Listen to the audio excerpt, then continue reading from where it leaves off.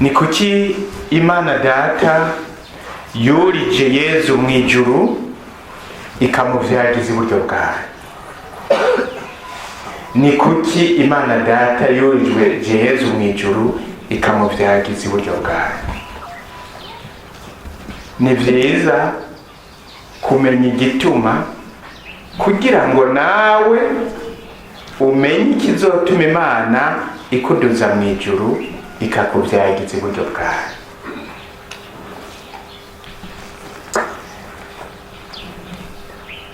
Ukurira mu ijuru kwa Yezu Kristu ni banga.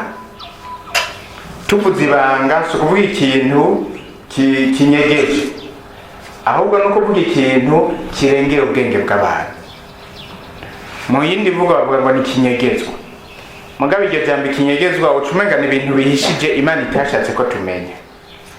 Oro ni ibintu Imana yashatse ko tumenya, mugabo birengera ubwenge bwacu. Kandi ibyo ntibigoye kumva ikintu Imana yashatse ko tumenya, mugabo birengera ubwenge bwacu.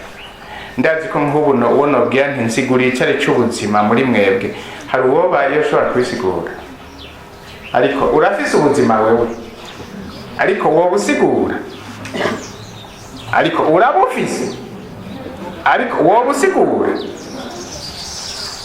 Mu 1995 igihe ingwano yari yananiranye, babantu bose bafise ubwoba, barazanye akantu kuri radio televiziyo y'Uburundi baza baravuga ngo abana baza ngo papa qu'est-ce que la vie, utwana tuye papa qu'est-ce que la vie, papa qu'est-ce que la vie.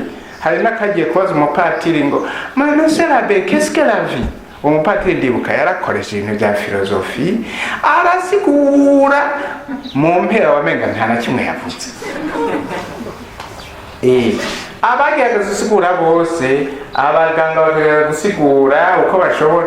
Umuntu je nasanze uko je nabibonye yarushije bose n'umusoda. Akana kamaze ngo papa qu'est-ce que la vie, acaragaterwa aragasimbagiza ngo c'est ça la vie. Niwe yume yararushije bose, uwo mwana yarabitegereye. No kuvuga ibanga cyangwa amistère ni ikintu cy'ukuri kandi dutegera gushika ahantu ubwenge bwacu busigwa. Ukurira mu ijuru kwa Yesu nako ni ico c'est mystère, mugabo turategera ibintu bitari bike, kuko kubera ko Yesu yuriye mu ijuru hariho ibintu vyaciye bironka insiguro bitayihorana. Ukurira mu ijuru kwiwe icyambere cyabaye cyaciye kija habona nuko umuntu afise yava niyaja. Imbere yuko agenda yarabwiye abigishwa biwe ngo ubu ngira nsubire kumwe yantumye, navuye mu ijuru nza ku isi, ubu naho ngira mve ku isi nsubire kwa Data. Navuye kwa Data nza ku isi, ubu naho ngira mve ku isi nsubire kwa Data. Jewe navuye ku Mana kandi nzosubira ku Mana.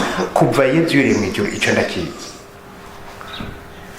Ariko hari ikindi bavuze ngo uwo yuriye no kuvuga iki, ndetse ko yamanutse, kuko nta wurira atamanutse. Murabyumva, kugira umuntu aduge abanza kumanuka.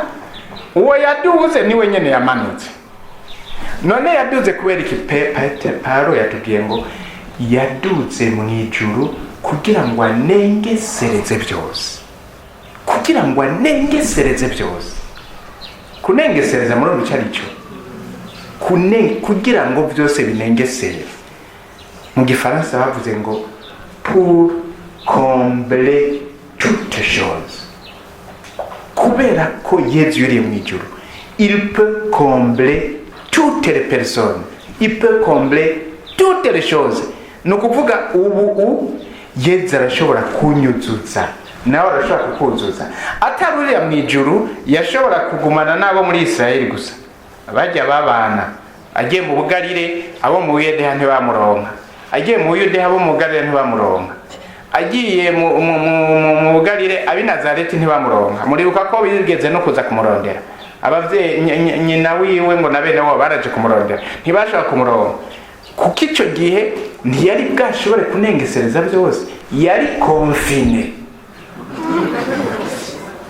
konfine muri Israeli gusa, yari konfine. Umuntu ari konfine ntashobora gushikira, ariko amaze kurira mu ijuru c'était fini le confinement, ubu arashobora gushikira bose akanengesereza byose. Uwo wese afise ikirangaro, afise ikinogo, afise igicuga, kuva Yezu yuriye mu ijuru arashobora kunengeserezwa nawe, kuko il est monté pour combler toutes choses. Ibyo nibyo.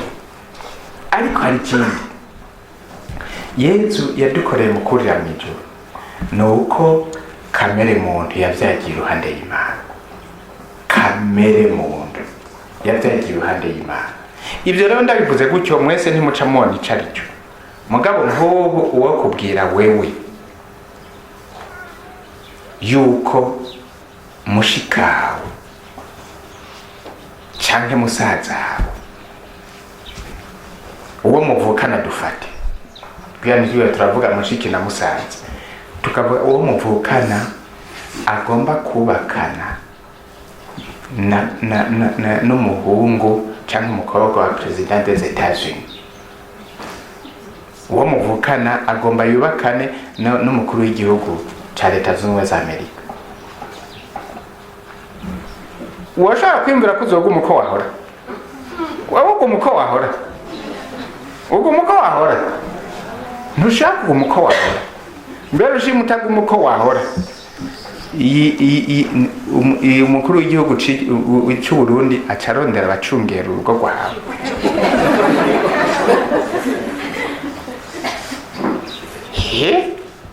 Kubera icyo aho rero ni kubera iki? Kubera yuko uwo muvukana agira abyagire mu rugo rw'ubutwara Maison Blanche. Twebwe rero umuwo tuvukana ntari muri Maison Blanche, ari iruhande y'Imana, kandi n'uwo tuvukana kuko n'umuntu. Yezu Kristo yarabaye umuntu kugira kamere muntu ivyagire iruhande y'Imana. Uwo ufise kamere muntu wese abonereho gutegera ahazovyagira. Ikintu gikomeye Imana yadukoreye. None twogishikira gute? Yezu kugira ngo abishikire byagenze gute? Ingene byagenze, yaramanutse, kandi amanuka ataje gutembera, amanuka ataje kurya, amanuka ataje kurondera inyungu, amanuka aje kwitangira bene wabo. Uwamanutse niwe rero Imana yakuririje, nico gituma Imana yamukuririje, kuko yamanutse. None wewe na jewe kugira ngo tuzovyagire aho hantu, kamere yacu ivyagira ahantu, ni ngombwa kumanuka. Kumanuka gute? Yezu yatanze ubwa mbere icyo tuzogira gituma turonka inema idufatanya nawe, ni ukumanuka mu ibatisimu. Kuko ibatisimu ni ukumanuka. Hariho umwana aza kubatizwa muri impuka y'imisa, agira amanuke. Mu bisanzwe umwana tuza kumusuka kw'amazi, mugabo ni uburyo Eklezia yatoye bworosha ibintu. Mu bisanzwe ntitwateza kumusuka kw'amazi, twari kumumanura mu mazi. Muravyumva? Kuko Yezu yavuze ngo ku isi yose mushikirize inkuru nziza ikiremwa cyose, uzokwemera kabatizwa azorokoka. Kubatizwa no kuvuga iki? No kuvuga kwibizwa. Uzokwemera kibizwa azorokoka. Ntawe ushobora kwibizwa atamanutse. Mu kwibiza umuntu umujana hejuru ntumumanura. Uzokwemera kibizwa azorokoka. Yibizwa hehe? Mu izina rya Data n'irya Mwana n'irya Mutima Mweranda. Ibyo rero bibonekera mu kumwibiza mu mazi, kugira ngo agaragaze nk'uko Yezu Kristo yamanutse akava mu ijuru akaza ku isi, akamanuka no mu kuzimu. Uwo yemeye kubatizwa no kuvuga ko agaragaje ko yemeye kwifatanya n'uwavuye mu ijuru ku bwatwe bw'abantu kugira ngo adukize. akaza ku isi akamanuka mu buzima bwo kwitangira abantu, akabitangira gushika yemere no gupfa, kandi gupfa ku musaraba, akamanuka no mu kuzimu kubw'ubukiriro bw'abantu. Uwemeye kubatizwa aba yemeye nawe kubaho gutyo, kandi ubayeho gutyo ni ukuri hariho ibintu bica bihinduka mu buzima bwiwe. Ubwa mbere, uwemeye kwinjira muri iyo batisimu ya Yezu Kristo yashinze wenyene, akemera kubatizwa ku izina rya Data n'irya Mwana n'irya Mutima Mweranda, kuba kwinjizwa, kwibizwa mu izina rya Data n'irya Mwana n'irya Mutima Mweranda, ni ukuvuga kwakira ubuzima bw'iyo Mana muri we, kandi akemera kwitangira abandi nka Yezu Kristo. Uyacaronka inema y'ibatisimu imufatanya bufatane na Yezu Kristo, kamere yiwe y'umuntu igafatana na kamere y'Imana ya Yezu Kristo, ku buryo aho Yezu Kristo ari naho nawe azobyagira. Iyi kaba inema ronka mugiyo nema igaca imusaba kubaho nka Yezu Kristo. Ni ukuvuga kubaho nka Yezu Kristo ni ukubaho yitangira abandi, akemera nawe kubabara kugira abandi bakire, gupfa kugira abandi baronke ubuzima, guhambwa kugira abandi babeho. Akarero nafatira ko gucira muce mu vyumva ubwo buzima. Bagasore mwese muramuzi, yapfuye yishwe n'iki? Baramurashe? Ntibamurashe? Nana mu Rundi ni wenyene yarashe, ni wenyene yarashwe. None ni kuki uyo muntu yarashwe agaca ashika mu mitima y'Abarundi bose? Ni kuki? Abarashwe si we wenyene, nuko yarashwe kubera kwitangira Abarundi. Si ibyo ico nico cyatumye Rwagasore aca ashika mu mitima y'Abarundi bose, kubera uko kubitangira. Si we wenyene yarashwe, abo abantu baguma baraswa. Mugabo uyo yazize ko yemeye kumanuka mu bubabare no mu magorwa kugira ngo Abarundi bikukire. Yezu nawe kubera ko yavuye mu ijuru akemera kuza ku isi, akemera kubabara no kugorwa kugira abantu baronke ubuzima, Yezu arashobora yaciye ashikira abantu bose, mbere abaha umutima wiwe. Nk'uko Rwagasore, jewe nakuze mbona abantu biyita ngo ni jeunesse révolutionnaire Rwagasore, ngo tugomba kugendera umutima nk'uwa Rwagasore. Nibyo nakuze numva. Abajerere hama babayijerebe, hama barahindukira babajerere, kandi sinigeze mba umujerere mu bwabo. Narabonye abajerere bari convaincre ko bateza kubera Rwagasore.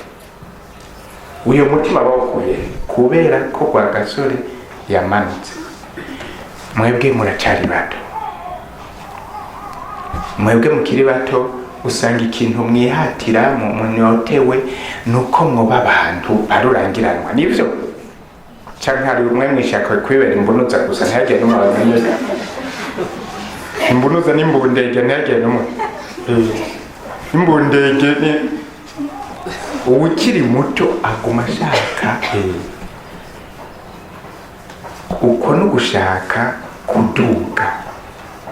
Imbere yo kuduga uramanuka.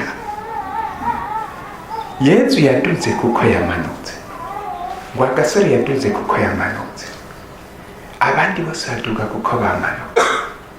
Uwutamanutse ntaduga. Uwuduze atabanje kumanuka, ico bakora baramumanura. Kandi ivyo biri mu bishana, kuko umuntu ari hejuru hari ahandi uwo mujana haba hasigaye atari hasi. None ko yaduze ahasigaye ni hasi, muko uri hasi urashobora kumuduza. Nawe ukaba ushaka ko Data kuduza akakuvyagiza iburyo bwiwe, manuka. Uwo yaduze niwe yabanje kumanuka. araheba ubunazwa bwiwe, arava mu ijuru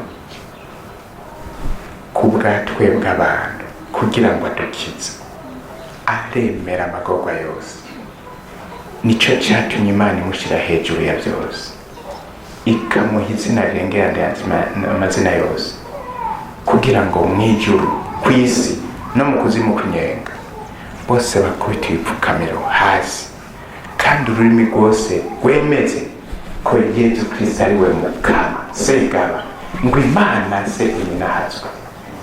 Uwo wese amanutse ku bwatwe bw'abantu kugira ngo dukire, haba mu bikorwa bisanzwe, haba mu bikorwa bikomeye, haba mu bundi buryo bwose bwo kwitangira abandi. Uyo wese amanutse Imana iramuduza, kuko aba ariko aragaragaza ko ariko aragendera icyo Yesu Kristo yatwigishije mu kwemera kumanuka gushika no mu rupfu. Uyu munsi rero tuzirikane ibanga ry'ibatisimu twahawe n'icyo rigomba kudushikanako. Urakaza Mukama Yesu.